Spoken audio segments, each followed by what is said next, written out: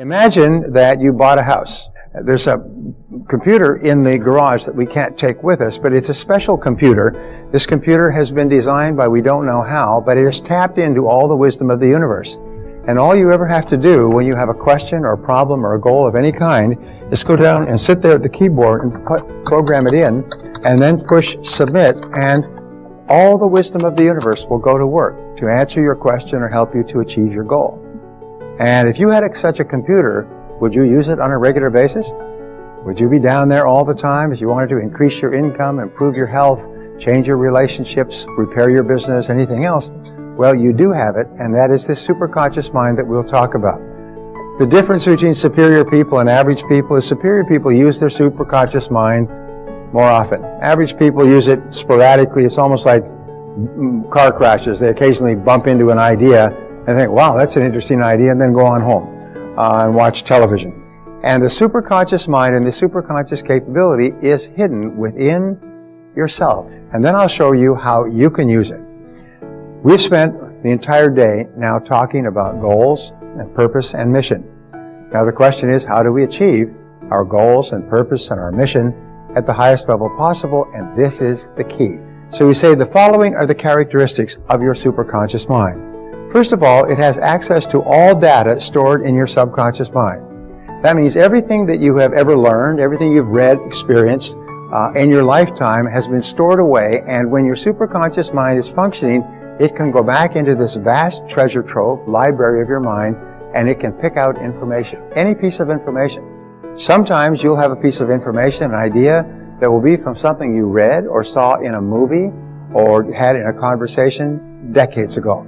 And it will just pop out when you're working with your superconscious mind to solve a problem or achieve a goal. The second thing is it can discriminate between valid and invalid data. Is your superconscious mind can actually bring you data, and it will only bring you valid data. The information it brings will be correct. You may have heard something or learned something that may have not been correct. A date, a time, a place, a fact, a figure. But when your superconscious mind is sorting information, it knows exactly what is correct and what is incorrect, which is why a superconscious solution is always correct, because it's always based on valid data. Now, two, it has access to data outside of your experience. It can tap into the universal mind, and all data that's available in the universe is available to your superconscious when you tune into it. It's very much like tuning into a massive receiving station in the universe. Now, with regard to yourself, the way this works is that sometimes you'll have an idea, and when you're sitting in this room, and I'll be talking about A, and you'll have an idea about B. And it's been proven over and over again that when more than two people come together, a third mind is formed. And the third mind is almost like an ether in this room. And everyone in the room can tap into this ether, just like cloud computing. You can tap into this ether, and you can have access to all the minds of everyone else in this room, which is why you will have an idea that will be completely different from anything that I'm talking about. It's just an idea will shoot into your mind like those little lightning bolts in the cartoons. You go, woo, write it down, write it down. I didn't say anything about it. People came up to me and say, you changed my life in your seminar when you said this thing. And I know I never said that thing. But she heard that thing so loud. There's a line from Emerson that perhaps summarizes this. He said, what you are shouts at me so loudly, I can't hear a word you're saying. When you get a superconscious solution, it will be like an incredible loud voice in the silence.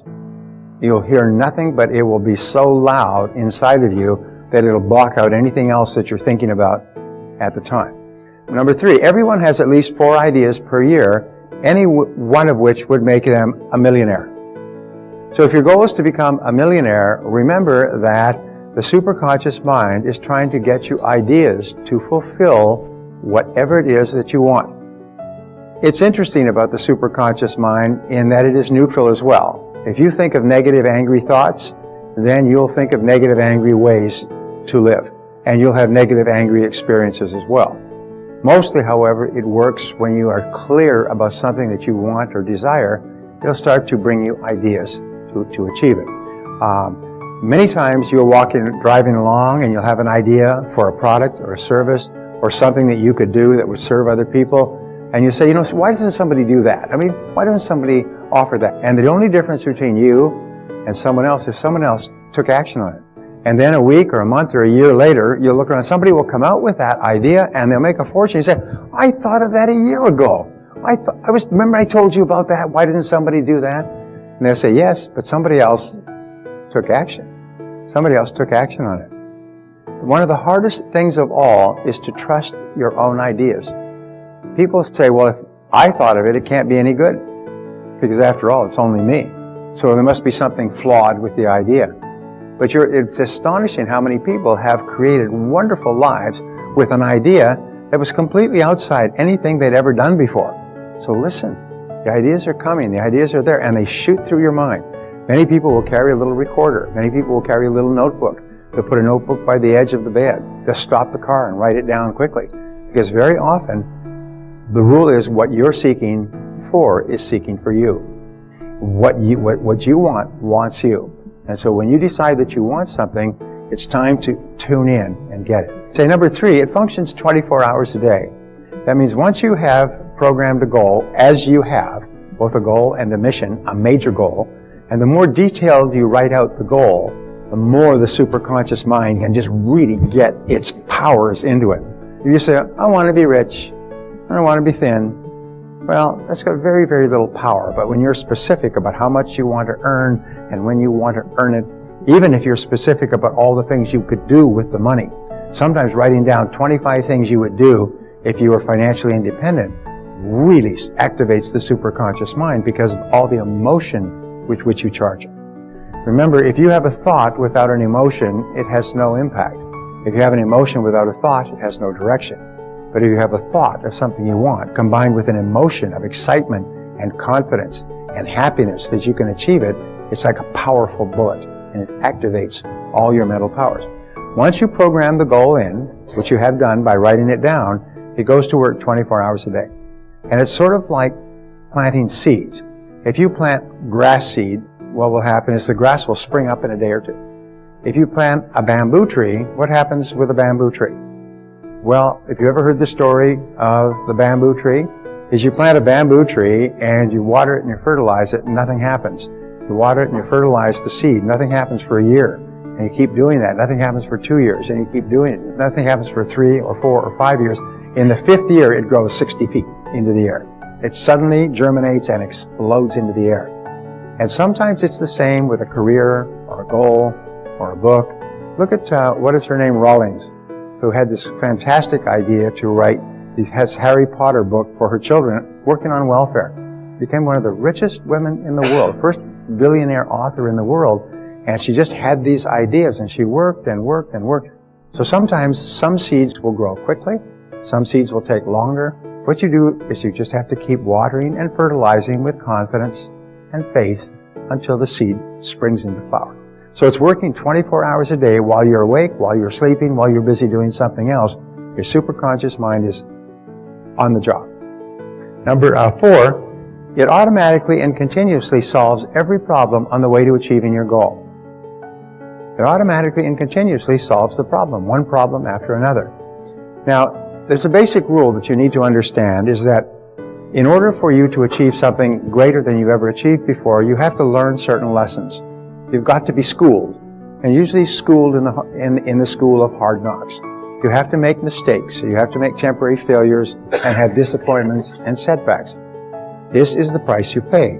But as I said before, when God wants to send you a gift, He wraps it up in a problem. So what superior people do is they look for the lesson in every problem that they have, and the lesson is often sent to you by your superconscious mind.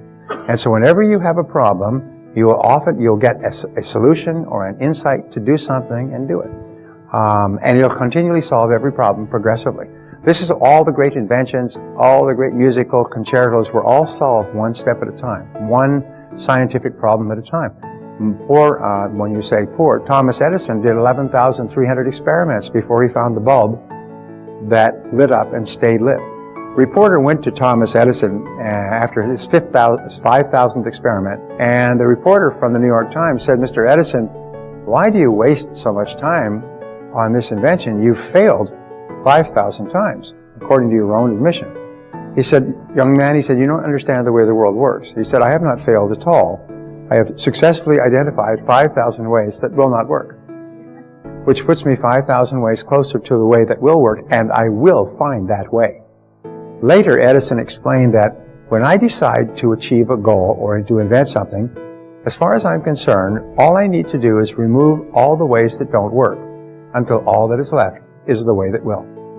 And that's how he approached every invention. He became the most prolific inventor in history. And all of his ideas came from the superconscious mind, which we'll talk about in a couple of seconds. Okay, number 5, it's capable of goal-oriented motivation. Now this is very important to understand. The superconscious mind cannot work without a goal. It's just like an exocet missile, a heat-seeking missile, has got to be targeted on something. And so when you set a goal, as you have in the previous session, now the superconscious mind can really grab onto that goal and go to work for it. Here's the point is, as we said before, when you set off a missile, it's already targeted on a target. When you set off your own exocet missile, it will find the target wherever it happens to be, anywhere in the world and under any circumstances. You can just set it off, and it has the ability to seek out the goal that you're looking for. And that's why it often brings it to you in the most remarkable ways. So you have to stay really, really wide open. So start to be sensitive to it almost like a kid at Christmas. So it releases ideas and energy for goal attainment. As a matter of fact, it is a source of what is called free energy. Now, free energy is the energy that Nikola Tesla, the great electrical genius, was able to tap out of the air and light up an entire studio. He would bring people, scientists, over. He would have his whole studio lit up with no wires and no connection, no generators, and then he would show them in the most miraculous way how he could turn on all the lights by extracting energy from the air. No one has ever been able to do it before or since. But Nikola Tesla was able to do it, and which is why he's called the greatest electrical genius in history. Free energy comes, for example, when you're really excited about something. Give you an example. When a person, especially a woman, is getting married, she gets by on about 3 or 4 hours sleep a night, and all the rest of the time, because of the high energy in the whole upcoming ceremony, she lives on free energy. And sometimes when you're really excited, mothers live on free energy as well, especially if they have 2 or 3 young children who are incredibly time-consuming from basically 5 or 6 in the morning until midnight. They are able to tap into a form of free energy. And when you have a goal, what happens is you tap into this form of free energy, almost like taking a plug and plugging it upward into this superconscious mind, and you just bound with energy. And it's the energy of the motivation and the excitement that comes from the goal. It doesn't happen in the absence of a goal. You must have clear, specific goals in order to tap into this free energy. Now, number 6, it responds to clear, authoritative commands. What we call positive affirmations is when you say, I earned this amount, I weigh this amount, I achieved this goal, the superconscious mind accepts it as a command. It's passed from your conscious mind through your subconscious mind and into your superconscious. It's almost like your subconscious mind are the workmen in the white coats who take the command from head office, your conscious mind, your deciding mind. They take it and they pass it on to the supercomputer, to the superconscious. And the superconscious computer operators just simply put it in and it goes to work. But it needs clear, authoritative commands. The most amazing thing that you found throughout your life is that when you make a decision, that wonderful quote that Cam quotes, when you make a decision, nature moves too. All manner of things begin to happen that would not have happened in the absence of the decision. So very often you'll make a decision either to get in or get out, either to do it or not do it, to make a commitment or walk away, and that commitment suddenly triggers a whole series of activities and actions like dominoes. They just start to click. You get phone calls and you get letters and you get emails, and all kinds of things begin to happen immediately after you make a very clear decision, which means that you set a very clear goal. And writing the goal down, as we say, is very powerful. So make a decision that you're going to do or not do something, and then take the first step. Now, number 7, it grows in capability as it is used and believed in. The more trust you have in your superconscious mind, the faster it works for you. And the more calm and confident, you absolutely believe that something will show up. Something will be fine. The most amazing thing is that something happens. And the more you practice with it and the more confidence you have, the faster it works for you. When I was first understood this, when long distance charges were very high back in the 80s, is I would visualize a person I needed to talk to on the other side of the country, and they would phone me. And I could do this over and over again. Rather than me phoning them for 30 or 60 minutes, I'd visualize and they'd phone me. I just put it into the superconscious mind, and I say, he or she will call by 11:30. By 11:30, the phone rings. And did this over and over again.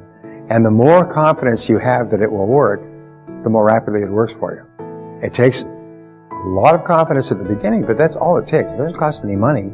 It merely requires a step of faith, a mental step of faith. Number 8, it operates best with an attitude of confident expectancy. I told you this before, but this attitude of confidently expecting great things to happen is the catalyst. It's almost like the ether in the air that causes the superconscious mind to activate even faster. So when you confidently expect that your goals will be reached, your problem will be solved, that everything will be well, when you confidently expect it, it just seems to come into reality. And the more it happens, the more you believe it. The more you believe it, the better and faster it works. And there are many people who just get into tuning, almost like you get onto a beam when you're landing a plane. They get onto the beam of the superconscious mind, and they just stay on that beam, and they just do what feels right all the time. And they never make another mistake.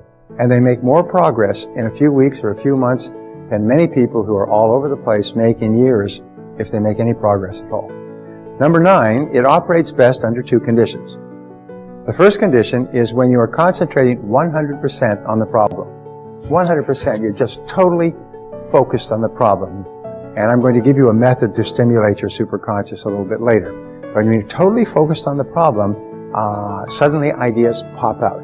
And that's why the very first thing you do when you have a problem is to write down every detail of the problem. When you have a goal, you write down every single thing you could think of that would help you to achieve the goal. And the more you write, 10, 20, 30 things, the more likely it is that something will pop off the page. You hadn't even thought of it, or you may have thought about it years ago, and suddenly it's there again. You may have pulled it out from deep in your memory, and suddenly, and that's the key. That's what will make this work. And the other time is when you are concentrating 0%, when your mind is busy elsewhere. So if you have not been able to solve the goal by focusing on it single-mindedly, then walk away. This is taught, by the way, in all scientific schools, is you focus on the subject single-mindedly and then walk away from it and just let it go. And at a certain point, pop, the idea comes in. Go take a vacation, go for a sleep, take a nap, go for a walk, take the weekend off, get completely rested. It's called cerebration. That's the word, not celebration, but cerebration is where you let all the details kind of stew in your mind and bang up against each other until they knock off the spark of the right answer. So cerebration. Number 10, it brings you exactly the solution you require at exactly the right time. I remember I was flying back from Vancouver to Edmonton. I was going into a very, very highly charged business meeting on a very, very difficult subject, and I was just in a state of complete agitation. And then what I did is I did the quick affirmation technique. I relaxed completely, visualized that this meeting goes exactly well, exactly perfectly. And as I walked in the door of the meeting, they were both waiting for me like lions waiting for fresh meat. As I walked in the door, the answer came full-blown in my mind. And I just simply expressed the answer, and it solved the problem completely. I still remember, after that, I could not believe it. So therefore, when you're working for a solution too, very often the solution will come at exactly the right moment for you, but it is time-dated. You must act immediately.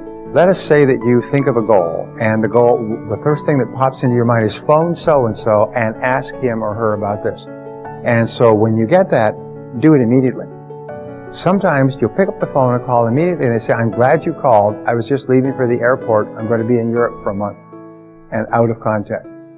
And if you had called them an hour later, they'd have already been gone, and you wouldn't have been able to get through to them. Today, of course, you can with cell phones. You can get through to anybody. But the point is, when you get the idea, move quickly, because it's time-dated. And sometimes it's dated only for a few minutes. All right? Now, number 11, it will bring you the experiences you need to be successful. we learn 10 times more from a failure experience than from a success experience. So here is a lesson. If you are going through or you have been through a failure experience, let us say a temporary failure experience, take a piece of paper and write at the top of the page, what have I learned from this experience? Or what lessons have I learned from this experience? Whether it's business or personal or relationships or selling or anything else. And then write down everything you've learned. And you'll be astonished at how much you have learned that if you don't write it down, you won't remember and you'll have a tendency to repeat. But what happens is when you write down everything you've learned from your negative experience, you program that in and you'll be astonished at how many lessons you can get from one setback. So it'll bring you the experiences. So when you get a setback or a difficulty, you say, aha, this has been sent to me to help me achieve my biggest goal. I wonder what the lesson is that I meant to learn in this experience. And my promise to you is if you look into every experience for a lesson, you'll always find at least one. And sometimes the lesson you'll find will be priceless and it will change your life forever. But you don't find it if you're not looking for it. So you've got to look for it. Don't turn on the TV and have a drink and say, whoa, life's a bitch, and then you die. You know, what you do is you say, hey, now that I'm tuned into the superconscious mind, this superconscious mind is working 24 hours a day to bring me to my goals and bring my goals to me. And therefore, if I've had a setback or a difficulty, it's part of the plan. All right. A good technique to use is the end of the movie technique. Well, you play the end of the movie technique. The way you use it is you create a mental picture of yourself as successful as you want to be. Living in a beautiful home, money in the bank, perfectly healthy, wonderful family, doing work that you enjoy. You play the end of your movie is where you are going to end up. At the end of this goal-setting process, that's where you will be. And you just play that, and no matter what happens, the drama and the setbacks and the reversals and the difficulties and everything, from then on, hey, just relax. Hey, it's all part of the movie. I know how the movie ends. I wrote the movie. And I wrote the ending. And the ending is I have everything that I want to make me happy. And so say, wow, ooh, turbulence, just setbacks. And what happens is at the end of the movie, you stay calm throughout. You just trust throughout because you know how the movie ends. And surprise, your movie ends the way you imagine. Very powerful. Number 12, it makes all of your words and your actions and their effects fit a pattern consistent with your self-concept and your dominant goals. That means that you can be in a conversation and you'll have this impulse to say something. And you'll say it and it'll turn out to be exactly the right thing. Sometimes you'll have an impulse to say something and something will tell you, don't say anything. Don't say anything. And so you just sit silently and it'll turn out later that it was very wise that you said nothing. So therefore, trust your intuition. If it tells you to speak, speak. If it tells you not to speak, don't speak. If it tells you to turn on this corner or to go into this store or to pick up this book. I had people, I can tell you, Earl Nightingale used to be the greatest voice in American radio. Do you know what changed his life? Is he walked into a book when he got off. He was on the USS Arizona, the ship that sunk in Pearl Harbor. He was one of the few survivors. He went into a bookstore and he couldn't buy a new book. He found a used book, an old beat up copy of Think and Grow Rich. And he talks about this. He said he bought this copy of Think and Grow Rich and took it home. And it told about setting goals and doing what you really desire and trusting infinite intelligence. And he'd always wanted to be in radio. And he went down to a radio station and talked them into hiring him on late night radio. He became one of the most well-known radio voices in history and an extraordinary success. He said it was because walking into that bookstore and finding that one tattered book in the bin and taking the book home.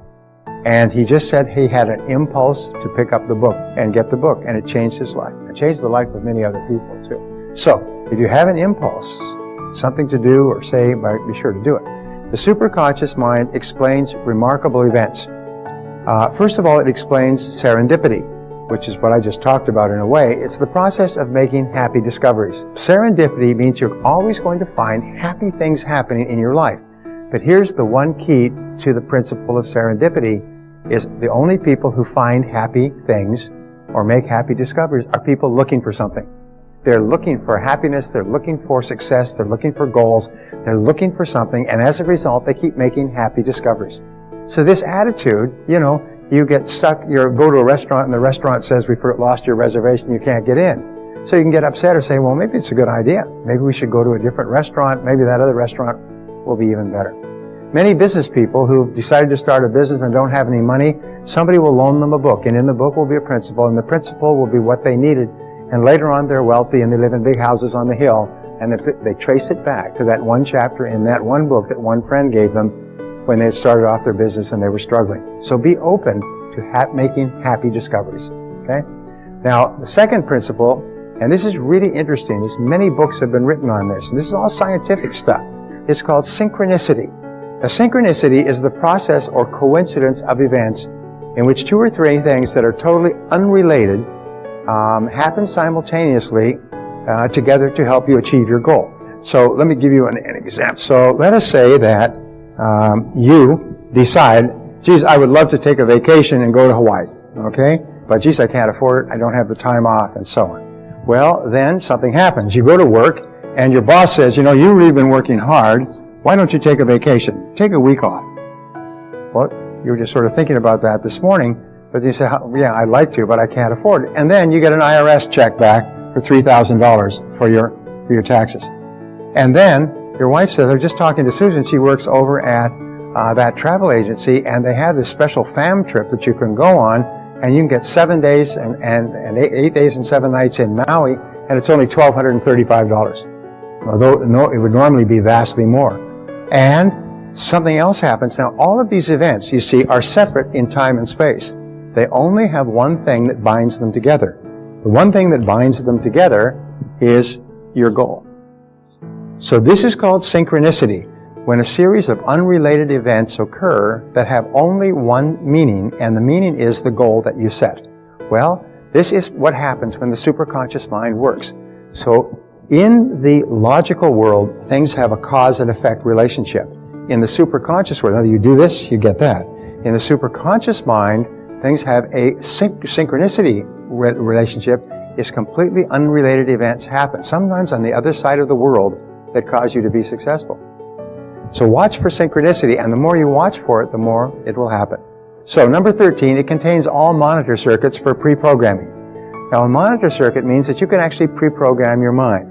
And the way you do it, you remember that your subconscious mind and your superconscious can only respond to positive commands. In other words, we can't visualize don't do something. If I say to you, don't trip, you cannot create a visualization of not tripping, but if I say pick up your feet, you can see clearly pick up your feet. So always when you give instruction, you give positive instruction. Do it this way rather than that. Do it this way. Now, the other thing is with colds and flus, is you can make a decision today, I do not have colds and flus. I'm perfectly healthy, I never have colds and flus. That sounds like a negative command, and it is, but it's the only way I can put it, and you know what, you never have colds again. People have colds because they decide to or they don't decide not to. And I've met people, anybody here never has a cold? Never has flu? No, never have it. Why? Because you decided not to.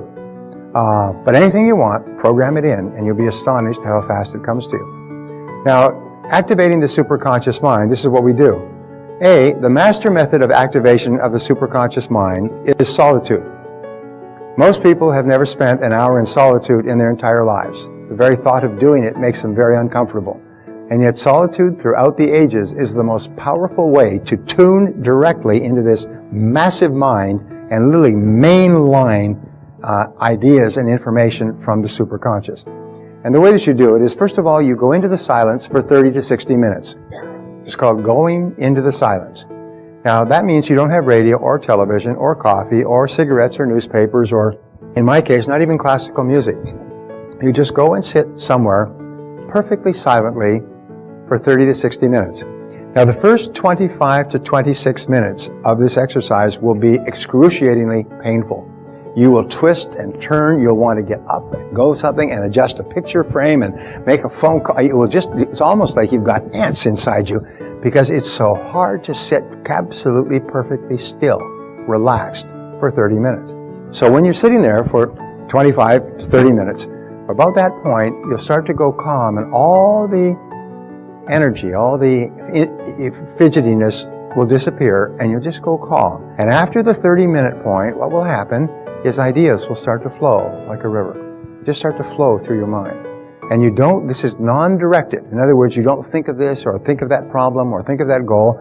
And after you just focus on your breathing, just relax, look out into the horizon, look at the picture on the wall or a flower. Some people look at a candle, but just look at it, keep your eyes open. This is not meditation. Just sit there quietly, and at a certain point, ideas will start to come.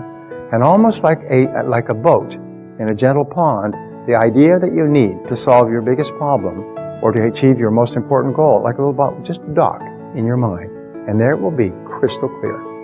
And it's the most amazing darn thing. If you've never done it before, the first time you do it, you'll get a result. You'll get an insight, an idea, a solution to a problem, an idea to solve a goal. The first time you do it, it'll be absolutely marvelous. And the next time you do it, you'll get it again. And every time you sit quietly in solitude for 30 to 60 minutes, you'll get ideas that may save you years of hard work. Now, Thomas Edison had an accident when he was young that he was running to get onto a train. He was selling stuff on a train. He was about a 10-year-old, and the train conductor reached over and grabbed him. He's running behind. He couldn't get on the train. He's carrying his stuff. The train conductor reached over and grabbed him by the ears and pulled him onto the train by the ears. For the rest of Thomas Edison's life, he had great difficulties in hearing. And so what he would do is right there in his studio, throughout the day, he would take 45-minute naps, sometimes 45-second naps.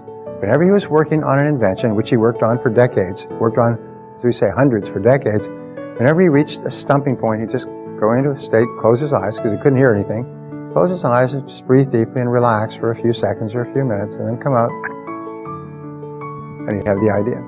And he came up with idea after idea after idea by doing this. Whenever you calm your mind, or let your mind go completely calm, what happens is the superconscious mind functions. It's almost like an electrical storm goes off and lightning begins to fly. All great classical music, all great inventions, all great insights come from the superconscious mind. All the great classical composers who wrote the most beautiful music in history tuned into the superconscious mind, and it poured through them onto paper.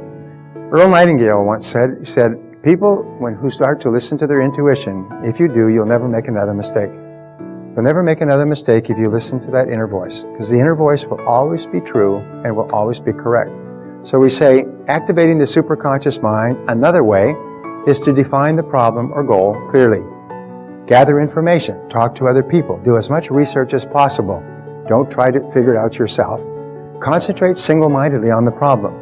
Don't try to do a whole bunch of other things. Just keep focusing on this one problem, this one goal, this one obstacle, and then release it and get your mind busy elsewhere. If after you've done all these things, gathered all the information, you cannot think of a thing to do, just turn your mind somewhere else and let your superconscious mind work day and night. At a certain point, the answer will just pop up.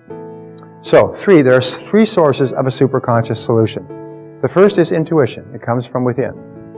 And as we say, the still small voice is sometimes so loud that it drowns out everything.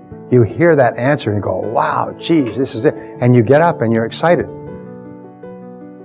Second of all, you'll get it from chance encounters with information and with strangers.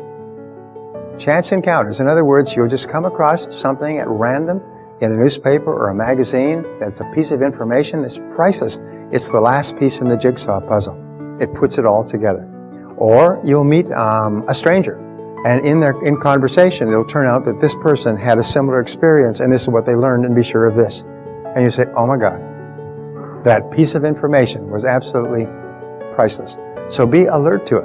Once you have a goal, your intuition, your superconscious mind will be trying to get the answer to you. Like a person rushing through the crowd shouting at you as you're getting away, this superconscious mind is trying to get the answer to you. Hey, I've got the answer. Listen, stop and listen. And three is unexpected events, successes and failures. In other words, you tried something and it had an explosive success. And you say, oh my Lord, what is going on here? And you find out that you've hit the right product or the right service at the right time and so on. Or something that you've done for a long time failed completely. And natural tendency is for people to say, wow, that was a lucky success, or oh, damn that failure. But what successful people do is they look into it. Why was that so successful? Or why did it fail? Be alert to unexpected successes and unexpected failures, because often they will contain the germ or an idea that will change your life. So, how can you tell a superconscious solution? Number one, when the answer comes, it will be 100% complete, and it will be simple.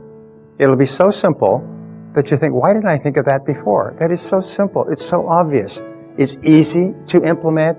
It will be within your resources. You won't have to get anybody else's permission or help. It's something that you can do, and you hit yourself like this. How could I not have thought of that? It will be a blinding flash of the obvious. It'll be so obvious that you'll just be surprised you hadn't thought of it. And 3, it will be accompanied by a burst of energy and joy. You see, the energy that you need to implement the solution will come with the solution. It's almost like the charge that you need to get up.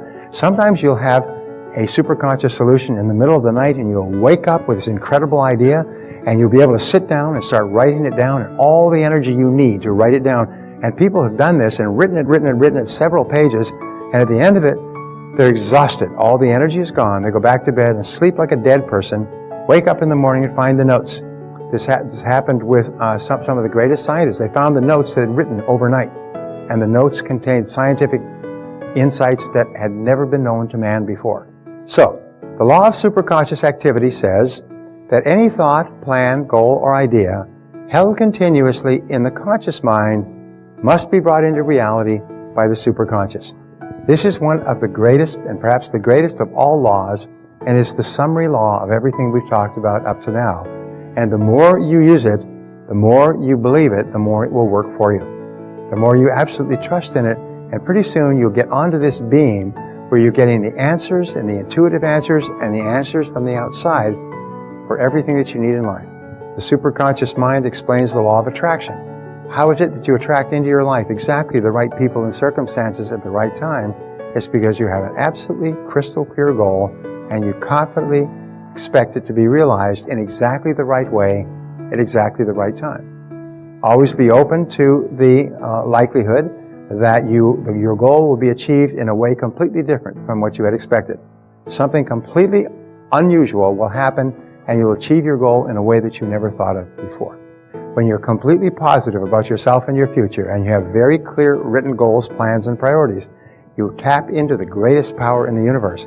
And what you can accomplish in the next weeks and months and years will stagger, completely amaze.